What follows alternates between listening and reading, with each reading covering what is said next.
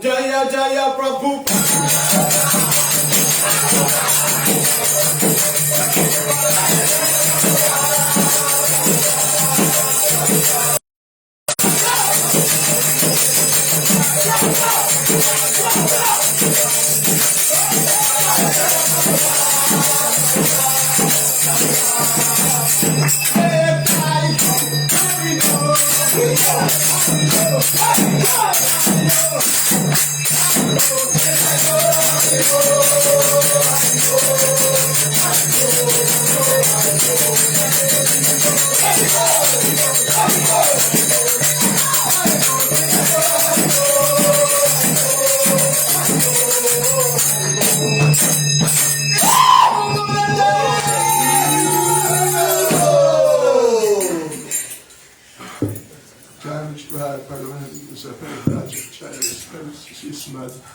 His Divine Grace, A.C. Bhakti Swami, Srila Prabhupada Ki, ISKCON's founder Acharya Srila Prabhupada Ki, Anantkarya Vaishnava Vrinda Ki, Namacharya Srila Haridas Thakur Ki, Prem Singers Krishna Caitanya Prabhu Nityananda Shri Advaita Gadadhar Shivasti Gaura Bhakta Vrinda Ki, Shishi Radha Krishna Goth Gopinath Shankar Radhakund Giri Govardhan Ki, Shri Vrindavan Dham Ki, Shri Mayapur Dham Ki, Shri Jagannath Puri Dham Ki, Shri Radha Radhanath Ki, Shri Giri Govardhan Ki, Shri Chaitanya Mahaprabhu Ki, Shri Krishna Janmastami Mahotsava Ki, Srila Prabhupada's Vyasa Puja Ki, Grantaraj Srimad Bhagavatam Ki, Gopremanande, all glories to the Sama devotees, all glories to the Sama devotees, all glories to the Sama devotees, all glories to Sri Guru and Sri Gauranga,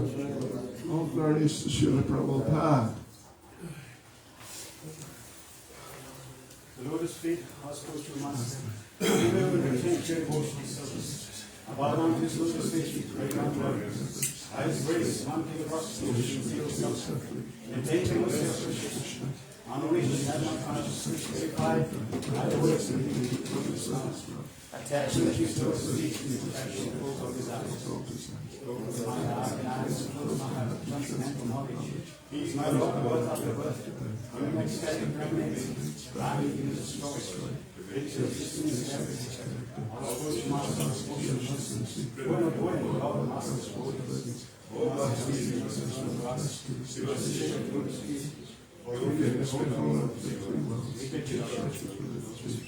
Srila Prabhupada Ki. Jai! Well, thank you for that. That was wonderful. A pair of cartels.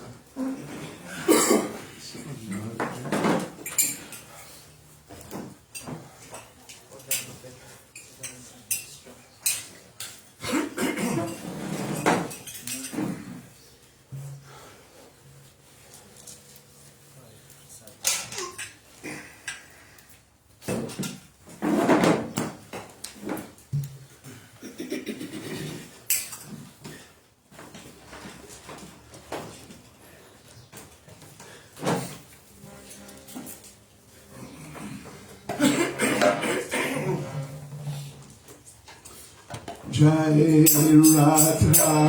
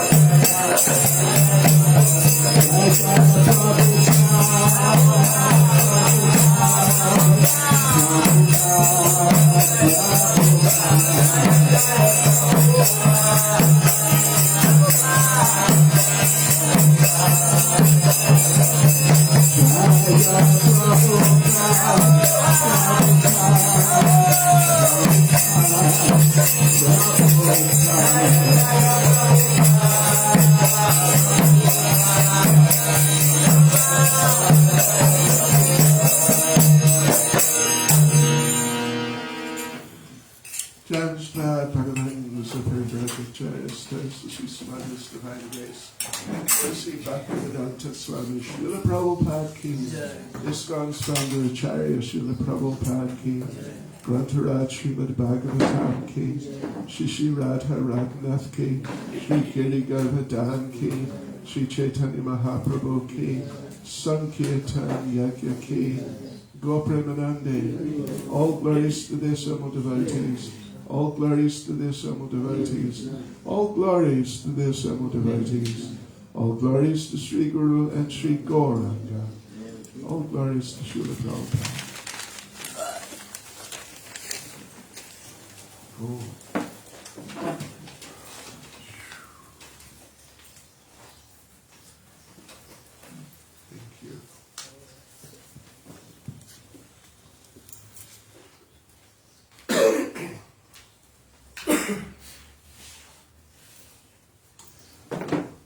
Om Namo Bhagavate Vasudevaya.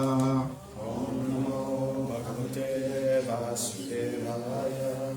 Om Namo Bhagavate Vasudevaya. Om Namo Bhagavate Vasudevaya. Om Namo Bhagavate Vasudevaya. Om Namo Bhagavate Vasudevaya. This morning we're reading from Srimad Bhagavatam, Canto 4, Chapter 12. Dhruva Maharaj goes back to Godhead, verse 36. If you have access, anyway, we'll do it responsively. Yad Brajamanam Swa Ruchaiva Sarvato Lokas Trayo Hi Anu Vibrajanta Ete Yan Navrajan Jantusho Ye Nanugraha Vrajanti Bhadrani Charanti Ye Nisham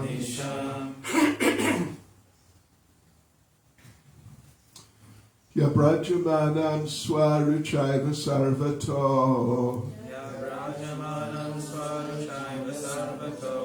Lokastrayo Hyano Vibrajanta Ete Yanavrajan Jantushu Ye Nanugraha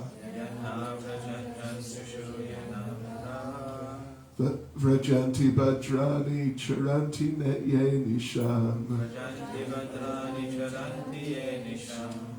Yad Brajamanam Swaruchaiva Sarvato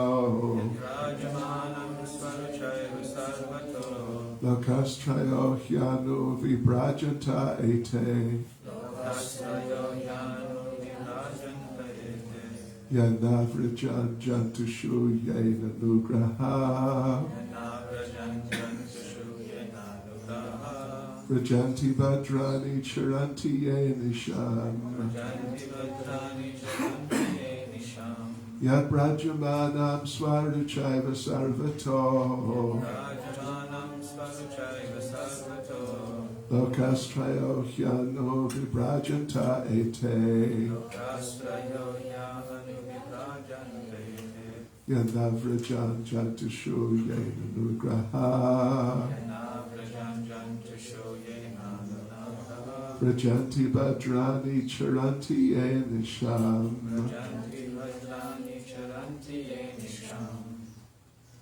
Yaprajamanam Swaruchaiva Sarvato Lokastrayoya Anuvibrajanta Yate Yana Prajanjantushu Yena Nugraha Brajanti Bhadrani Charanti Ye Nisham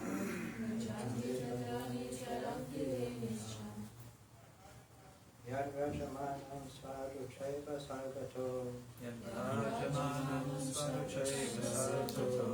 Lokastrayo Hyano Vibrajanta Yate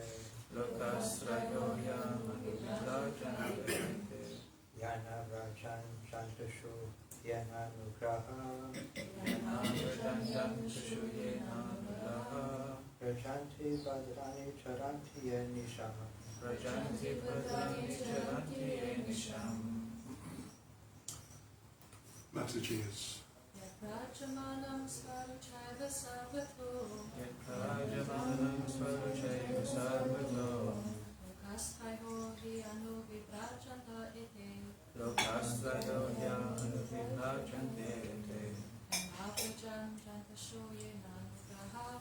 Yanabrajan Jantashoyena Nugraha Vajranti Bhadrani Charanti Te Yenisham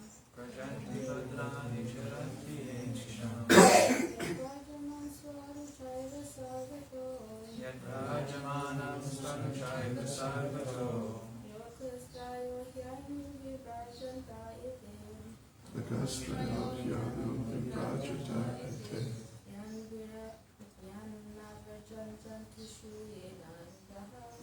Enavrajan Jantashoyena Nugraha Rajanti Bhadrani Charanti Yenisham. Yat, which planet? Rajamanam, illuminating.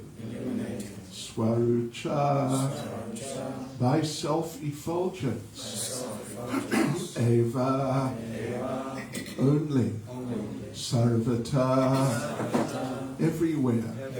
Loka, planetary system. Traya, three. He, certainly.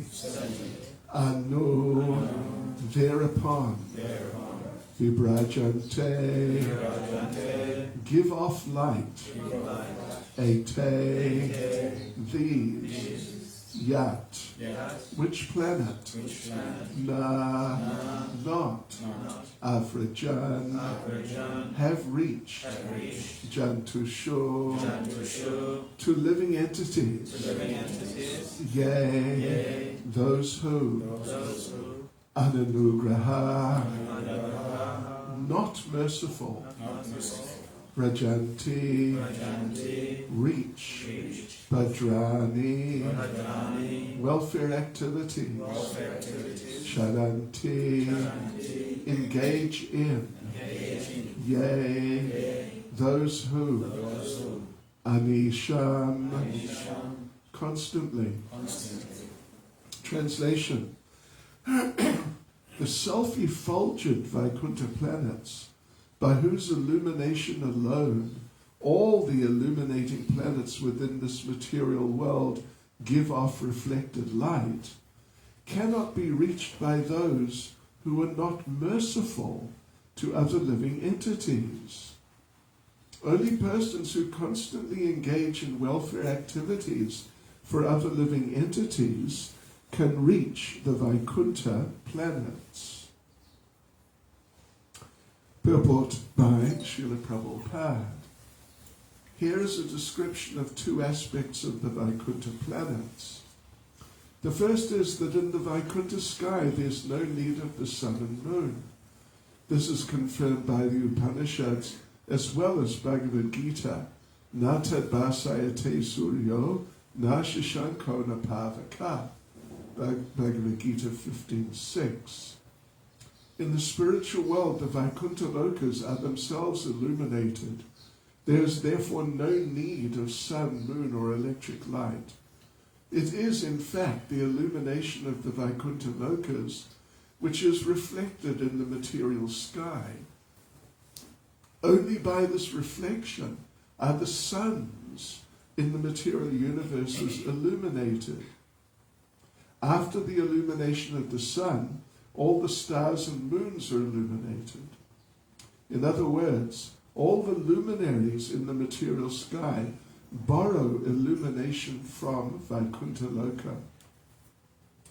From this material world, however, people can be transferred to the Vaikuntha Loka if they incessantly engage in welfare activities for all other living entities. Such incessant welfare activities can really be performed only in Krishna consciousness. There is no philanthropic work within this material world but Krishna consciousness that can engage a person 24 hours a day. A Krishna conscious being is always engaged in planning how to take all of suffering humanity back home, back to Godhead. Even if one is not successful in reclaiming all the fallen souls back to Godhead, still, because he's Krishna conscious, his path to Vaikuntha Loka is open. He personally becomes qualified to enter the Vaikuntha Lokas, and if anyone follows such a devotee, he also enters into Vaikuntha Loka. Others who engage in envious activities are known as karmis. Karmis are envious of one another. Simply for sense gratification, they kill thousands of innocent animals. Jnanis are not as sinful as karmis, but they do not try to reclaim others back to Godhead. They perform austerities for their own liberation. Yogis are also engaged in self-aggrandizement by trying to attain mystic powers. But devotees, Vaishnavas, who are servants of the Lord, come forward in the actual field of work in Krishna consciousness to reclaim fallen souls. Only Krishna conscious persons are eligible to enter into the spiritual world. That is clearly stated in this verse and is confirmed in Bhagavad Gita, wherein the Lord says that there is no one dearer to him than those who preach the gospel of Bhagavad Gita to the world. Yabrajamana svaruchaiva sarvato lokastrayo hyano vibrajanta ete navrajan jantashu yena nugraha rajanti badrani chiranti yenisham. The self-effulgent Vaikuntha planets, by whose illumination alone all the illuminating planets within this material world give off reflected light, cannot be reached by those who are not merciful to other living entities. Only persons who are constantly engaged in welfare activities for other living entities can reach the Vaikuntha planets. Nama Vishnupada Krishna Prestha Bhutane Srimad Bhakti Swami Namane Namaste Saraswati Deve Gauravani Pacharne Nirvishesha Shunyavadi Pastrichane Shtarne Sri Krishna Caitanya Prabhu Nityananda Sri Advaita Gadadha Shivasadi Gaura Bhaktavinda Hare Krishna Krishna Krishna Hare Hare Hare Rama, Rama Rama, Hare Hare. Vajkapatrubias Chakripas Sindubhya Evacha Panitanam Pavanebhyo Vaishnavebhyo Namo Namaha. Srila Prabhupada Ki Jai. And welcome everyone here.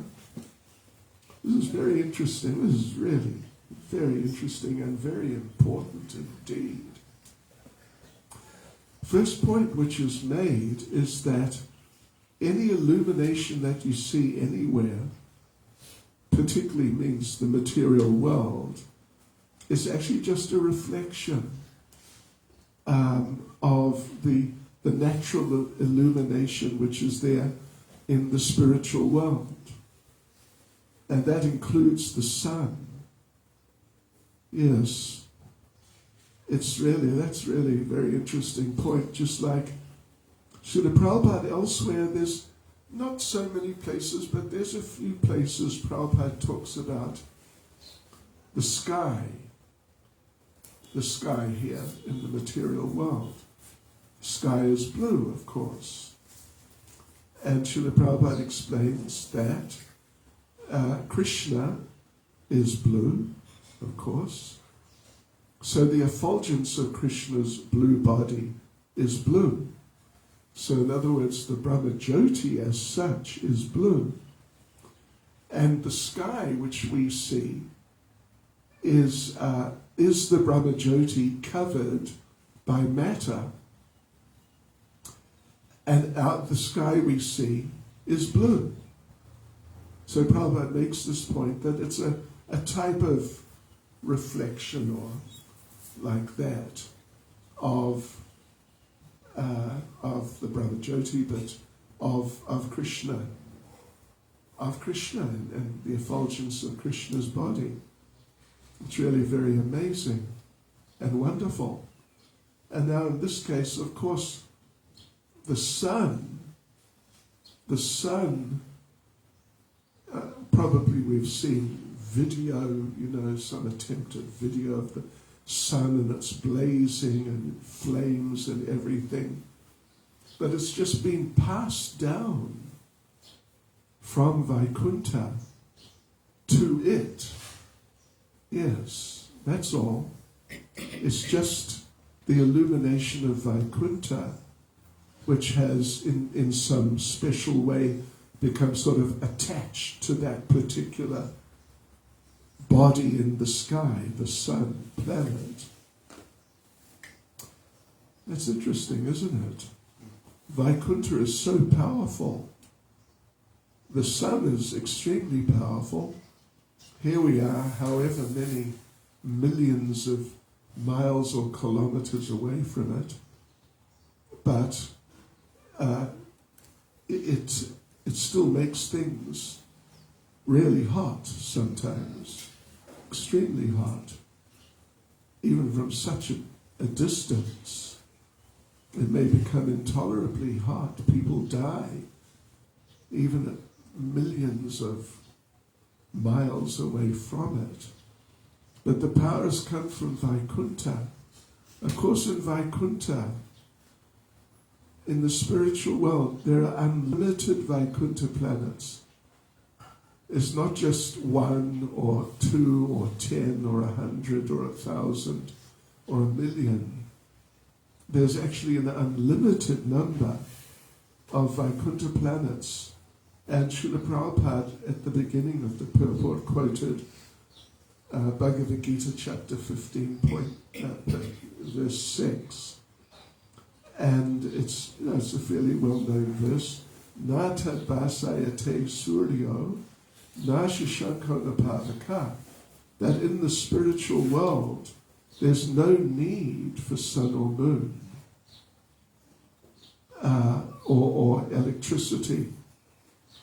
There's no need for any source of light or source of energy, because everything there is simply just full of energy and potency. And it's way, way beyond our ability to comprehend very clearly at all. And that, just like with the sun, the sky, that very interesting feature of the blue sky is just coming from Krishna. That's all, directly coming from Krishna in person. And the sun, and whatever illumination there is just coming from Vaikuntha. Just like trees, we burn wood sometimes. You've got to light the wood, but once the wood gets lit, then the flames come and come. Where's it come from? It's come from the sun. Because the trees are exposed to the sun for years, and the potency of the sun becomes absorbed by the trees. So when they're ignited in the right way, it just draws out that potency of fire which has come from the sun. But that's come from Vaikuntha. It's amazing. It's incredible. And it just shows the potency of the Supreme Personality of Godhead. Krishna, after showing the universal form, and Arjuna becoming just completely overwhelmed by the experience, the grandeur and magnificence and the drama, and even part, at least, the horror of it. But all these different beautiful features, horrible features, powerful features, different features, Lord Krishna, at the end, he says that by a single fragment of myself, I'm maintaining and sustaining all these worlds. Just a single fragment. It's not like he's got to get his whole power together and then he can manifest some impressive things. It's just a tiny fragment. And in fact, we understand it means that it's a fragment, like you get fragments, a quarter, an eighth, a 16th, or 100th, or 1,000th. But this fragment of the Lord's potency, which is empowering all these things in the universal form, you can't actually give it a fraction, put a fraction to it, or a percentage or something like that, 0.0001 of Krishna's potency. It's too small to be calculated. Just like when Ravana, on the last day of the battle at Lanka, came out on his own, the only one left on his side. And he came out, and all the monkeys and bears who'd been killed, they'd all been brought back to life. So Ravana came out, there's this vast collection of living beings. And the figure which is given, that the number of warriors there of Lord Ram's was, it's called 1 Koti Maha-Oga, which means 1 followed by 64 zeros. Try and, we know about millions, billions, trillions, quadrillions, quintillions, dectillions, I guess. Beyond that, I don't know how to express it. Yeah. But of course, interesting point is that Ravana came out and saw this fantastic collection of warriors, but because of his material consciousness, he thought, no problem, I'll just kill them all. As Prabhupada says in the purport here, the Karamis are envious. Yeah. So anyway, this is the first point discussed here, that it is the illumination of the Vaikuntha Lokas which is reflected in the material sky. Only by this reflection are the suns in the material universes illuminated. And then after the illumination of the sun, all the stars and moons, they're just the other heavenly bodies, are illuminated. Yes, so, anyway, there you go. That's very, very interesting indeed. And it's all borrowed from Vaikuntha Loka, which means it's all borrowed from Krishna. And of course we hear regularly, and we should really try to, absorb the idea and accept the idea of dependence. Dependence, yeah. That in the material world there's so many people, there's so many situations in which dependence is shown. Children are dependent on parents. Then the country is dependent on the government. The workers are dependent on the boss is dependent on the workers, and it just goes on and on and on. There's so much dependence in this way and that. We are dependent on electricity. Yeah, so dependence is such a prominent feature in the material world. But despite that, despite dependence being there in everyone's life in so many ways, sort of the fundamental desire, or one of the fundamental desires of the conditioned souls, is to be independent of Krishna, or ultimately of everyone. Yes. So, yeah, and compete with Krishna and take like a superior position, not dependent, but others may be dependent on them. So it's very interesting.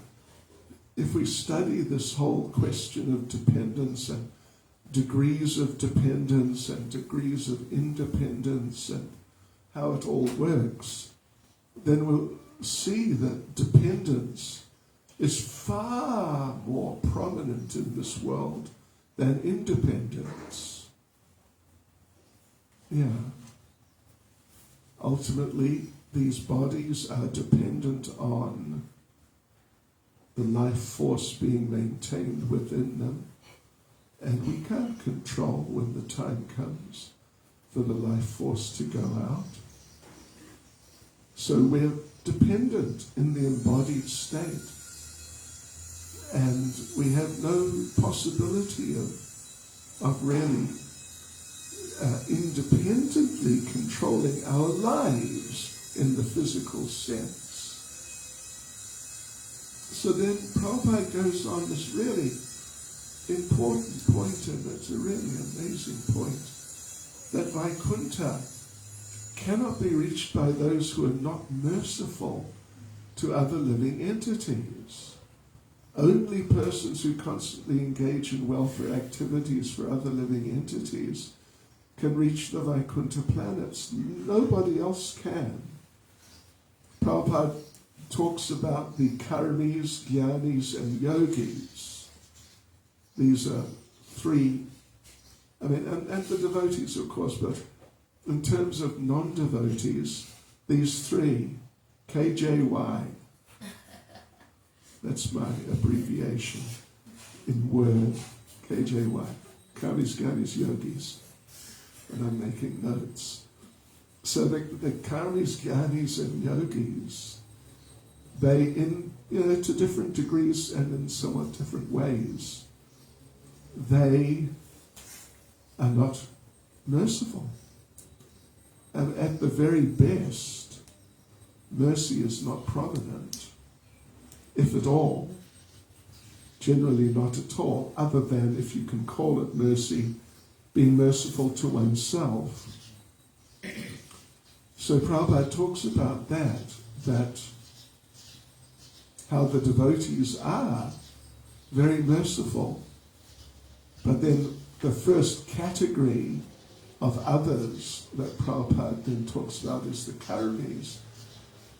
And they're envious, they're famous for being envious of one another. And for sense gratification, they can kill thousands of innocent animals. They can actually kill thousands of innocent, on a certain level, innocent people too. And in some cases, at least those who are particularly envious, without batting an eyelid, they can kill thousands of, in a certain sense, innocent people without a problem. Not a problem. I read yesterday that during the Second World War in Ukraine, that the Nazis, some group of Nazis, killed the parents, killed something like 70 adults or so, who were just, 70 adults, not soldiers, just people. Then they turned around and what did they see? There's all the children of those adults. there's all the children there.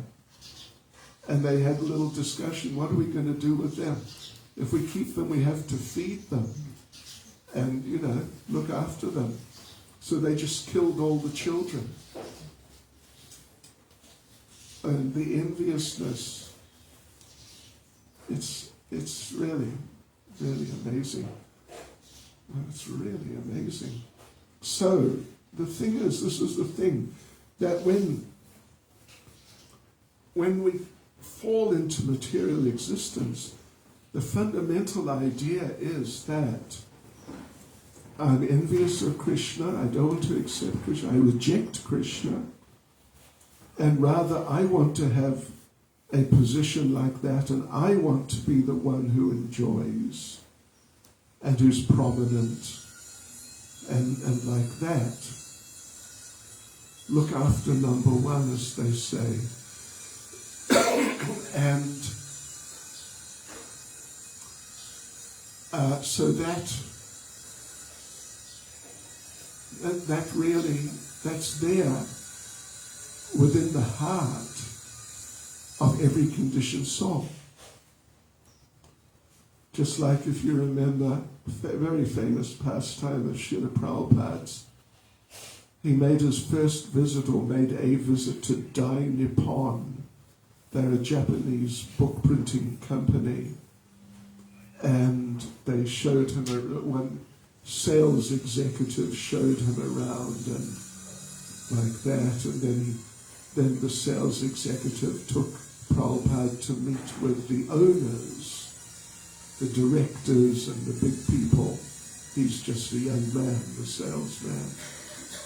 So they sat down, they talked, and apparently in Japan it's a custom.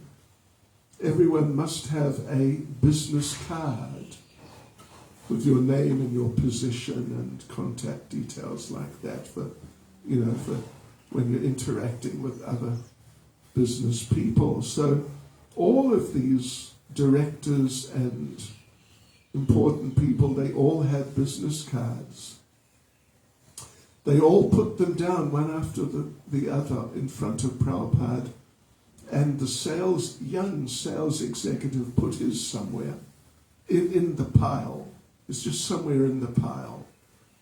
And the others, the seniors, went out, and it's just Prabhupada, and I guess it must be his assistant and the young sales executive. And Prabhupada asked the sales executive, so what is your ambition? What is your goal? And the young man lifted up the cards, pulled his out from wherever it was in the middle of the whole pile, and put it on top. That's his goal. And that's the position in life. Although it may not be, because the modes fluctuate and people, their thinking, changes from time to time, depending on circumstances. But when you really get down to the root of it, what really makes people tick deep within themselves, on the deepest level, is that they want to be the enjoyers. They want to be the main ones. And, in a sense you can see it. You see with little children and their parents. The little children fight with the parents to get what they want. And, the parents are so much older, so much more competent, understand so much clearer what is right and wrong and what the child needs and doesn't need. But the child feels, I want this, and the parents must get it. So trying to become the enjoyer of the parents and become the controller. Or sometimes you see, it's sort of the same point or similar. Some big dog comes into the territory of a little dog, and the little dog barks at the big dog like, you know, you better get out of here because I'm here. You know, if you don't watch out, I'll sort you out. Yeah. So yes, when you look deep into the conditioned consciousness, even though on certain levels, some people are nicer, some are not so nice, and you know, like that. Some people are generous, some people are not generous. But whatever the superficial appearance on the surface at that time, or even just in a particular lifetime, underneath it is this mentality that I should be number one, I should be the controller, the enjoyer, the most important, and so on like that. Yes, so, in other words, it's extreme selfishness, extreme self-centeredness, and selfishness, yes, to the exclusion of anybody else, really. Particularly if there's a conflict, then they stick with themselves. So for a person like that to actually become merciful in a real sense, truly merciful, it is beyond their capacity actually. We get these different charities and that type of organization. They're trying in their ways to help people, but they're not doing it selflessly. Those people who are running the place, they're being well paid. And that's why they're doing it. And if they're not being well paid, they're not going to do it.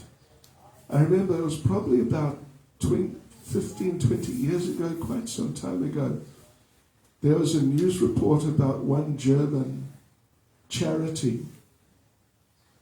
And they found out somehow, and it went to court, that of all the money they collected to help the suffering people of some sort or other, only 1% was going to help the people. 1%. And the rest was going to wages, overheads, vehicles, bonuses, and all of that. So I remember reading about it, and the court case was going on, and the head, he was challenged that, what is this? What is this? You're meant to be a welfare organization. This is ridiculous. And the man said, no, this is normally how these organizations work. Yeah. So in terms of actual mercy, without any desire for anything for oneself, but actually just trying to help those who desperately need help, it's only possible in a purified state of consciousness. In a materialistic type of consciousness, it's only possible to some degree, but not much, and usually very, very little indeed.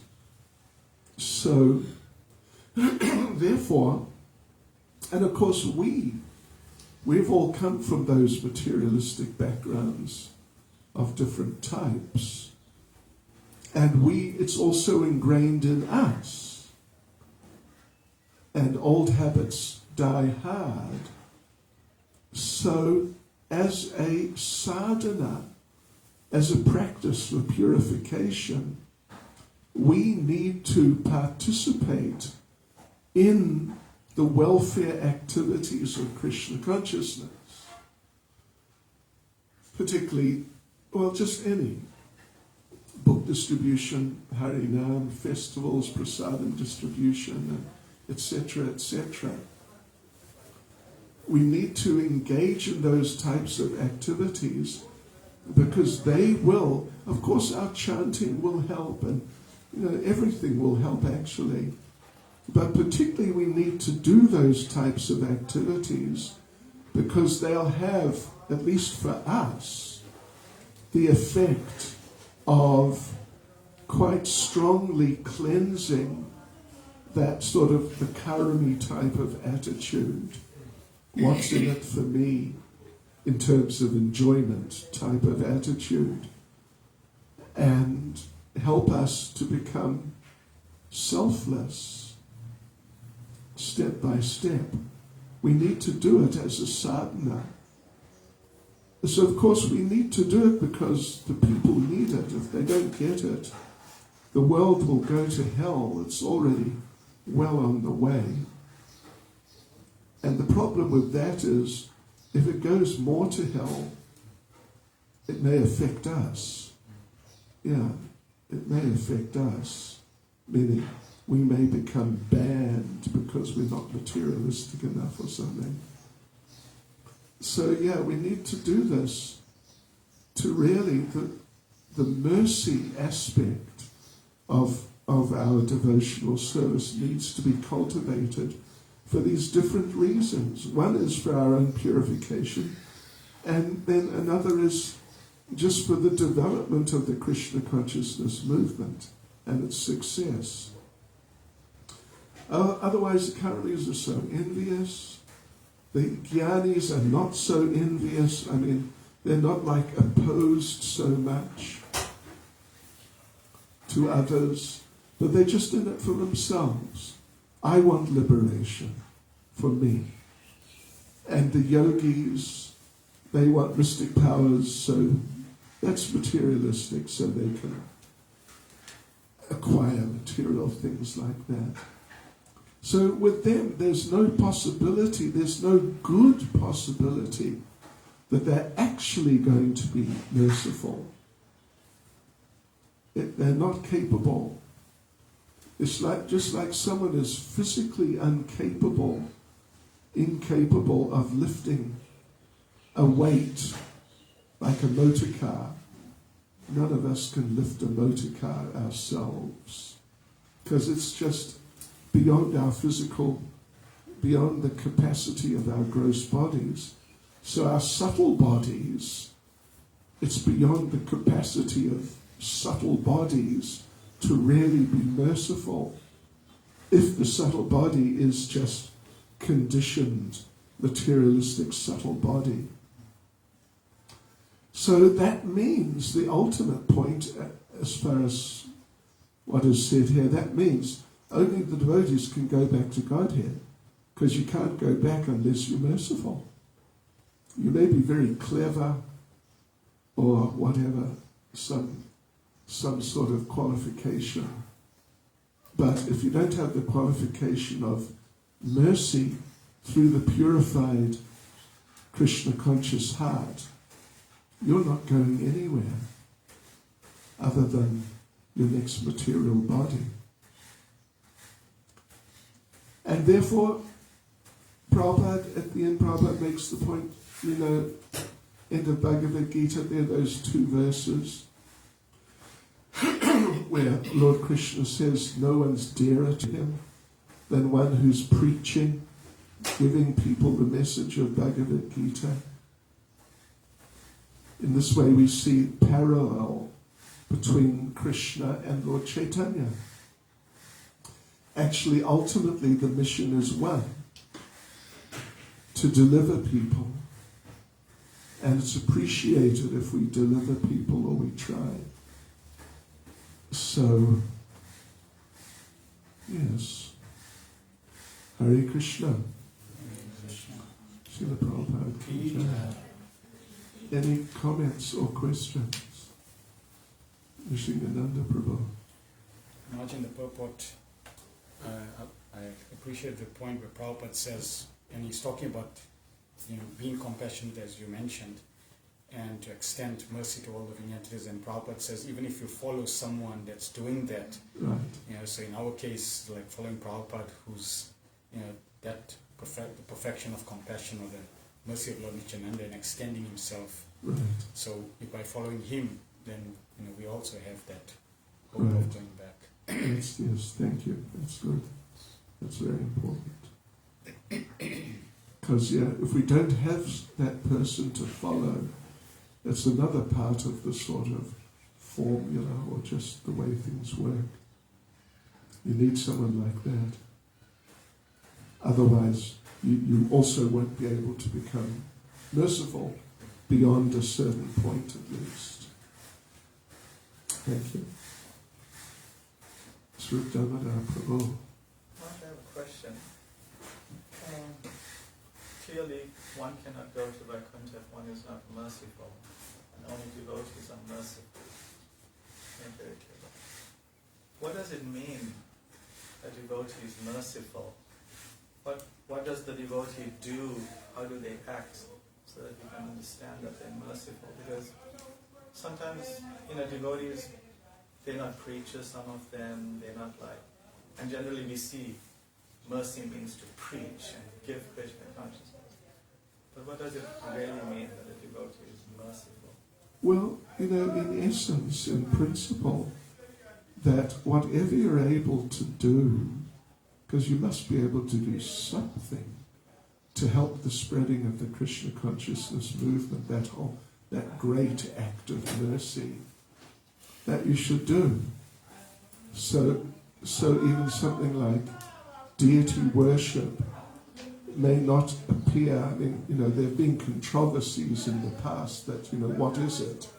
It's nice, but it's not exactly part of the Sankirtan movement. But Prabhupada cleared it up that it is, because people come and see, and in so many cases, even non-devotees, their hearts get touched.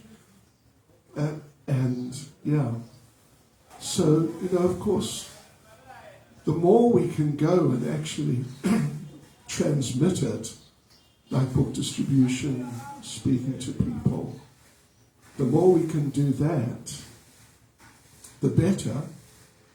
But if someone can't, or they're just saying they're engaged otherwise, but they should try and do their service consciously, with a mood that I'm trying to help the giving, the mercy of giving Krishna consciousness, at least, in a backup sense, or supplying some things which can be given out as acts of mercy, like that. How does that sound?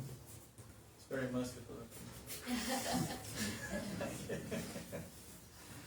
Anyone else, Mother Madri? Any comment? I was thinking of a pastime of when Guru Kripa Prabhu was preaching in China, and he was not successful. He had opened up a center, and it was not successful, so he closed it, and he went back to India, and he met Srila Prabhupada. And Prabhupada asked him, how was the center? And he explained that he was not successful, so he closed it. Prabhupada asked him to go back, open up an office, sit and chant. And the vibration would create auspiciousness in that area. So when I heard that, I was so struck by the mercy of the process of an individual imbibing the holy name and vibrating it, because the vibration is transmitting mercy also. Oh, yes. So an embodiment of mercy. Right, thank you. That's good. And just another point actually is that I know from having done book distribution, at least for 3 or 4 years, about 4 years, basically every day, that sometimes it's difficult for the mind every day got to go out and deal with these people, And every day there's a number of people who are not nice and, that sort of thing. So it can be a real austerity for the minds of some or many, however many devotees. But still, if the devotees do it, even though their consciousness may be more one of, survival or just in how much longer before I can go back, rather than how can I help like that. But at least physically the act is merciful, although the attitude may be far from being very merciful at all. But they'll get benefit because the act is one of mercy. And I remember it was actually a couple of years ago I met Prabhupada. Devotee asked Prabhupada, what about our attitude when we're doing service? We should have, good Krishna conscious attitude of service and trying to please, and talking about some devotee or devotees who were struggling to develop such an attitude, but they were doing the service, getting it done. And Prabhupada made the point that the main thing is that at least they do it. The attitude, if they can have a good attitude, of course that's good.